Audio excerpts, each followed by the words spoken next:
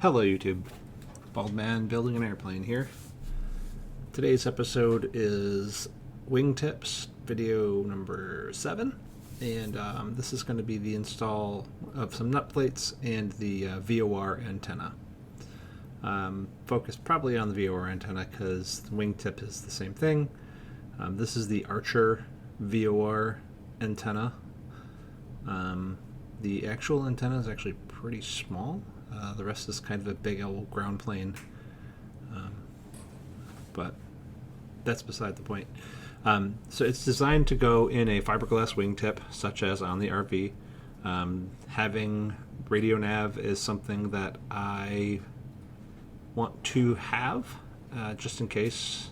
I do fly in areas that I've now seen that they do GPS jamming for military training exercises. I had not seen them until this year, so I decided that, although before that I figured I wanted it for ILS, since this is going to be an IFR platform.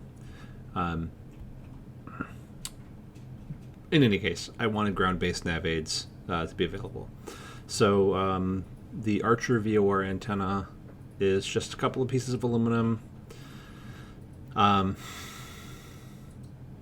It's going to sit in the wingtip, and it's going to be affixed to the wingtip by the nut plates that are on the inboard or on the inside of this wingtip fiberglass. The nut plates then, I guess, with the screws that attach through the wing skins, provide a big old grounding plane of the entire wing for that antenna.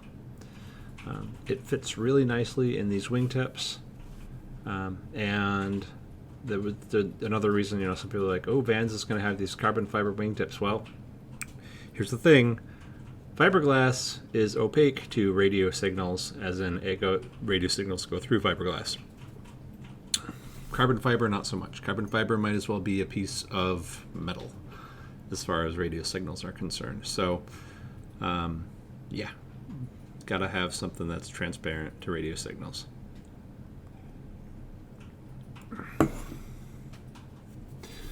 All right, so here we go. It looks like I'm putting on the first couple of nut plates, and I think that antenna's in place here.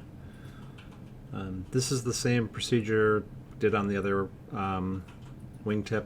The only difference is I've got a little extra piece of metal in there that I have to drill through for the extra holes and whatnot. I guess I didn't. Oh, hey, how about that? I was just thinking. I guess I didn't put the camera in a place I could see it, but now I just stuck it up through the nav light hole there and the strobe light hole.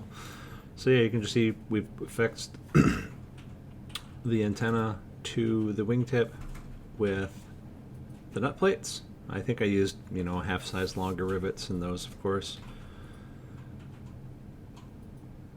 And then we're going to do the rest of the nut plates here.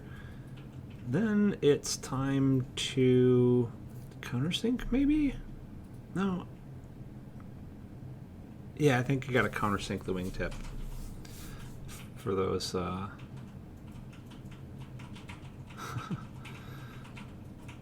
I guess I thought I had done that already, but probably must not have.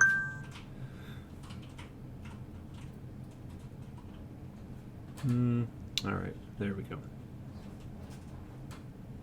Find the right depth, countersink them, use the nut plate as a bit of a guide to make sure that the drill doesn't wander, because the drill's going to wander in fiberglass like crazy, so the nut plate makes a nice guide for that.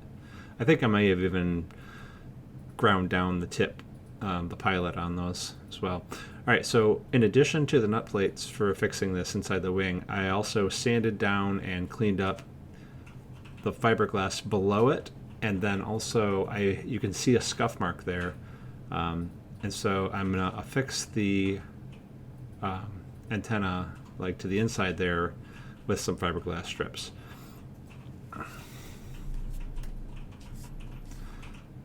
Using the hammers just to weigh it down, just to make sure it sort of takes the shape of the wingtip here, and I've wet it down, rather put down some epoxy, and then put down the glass strips, wet them out,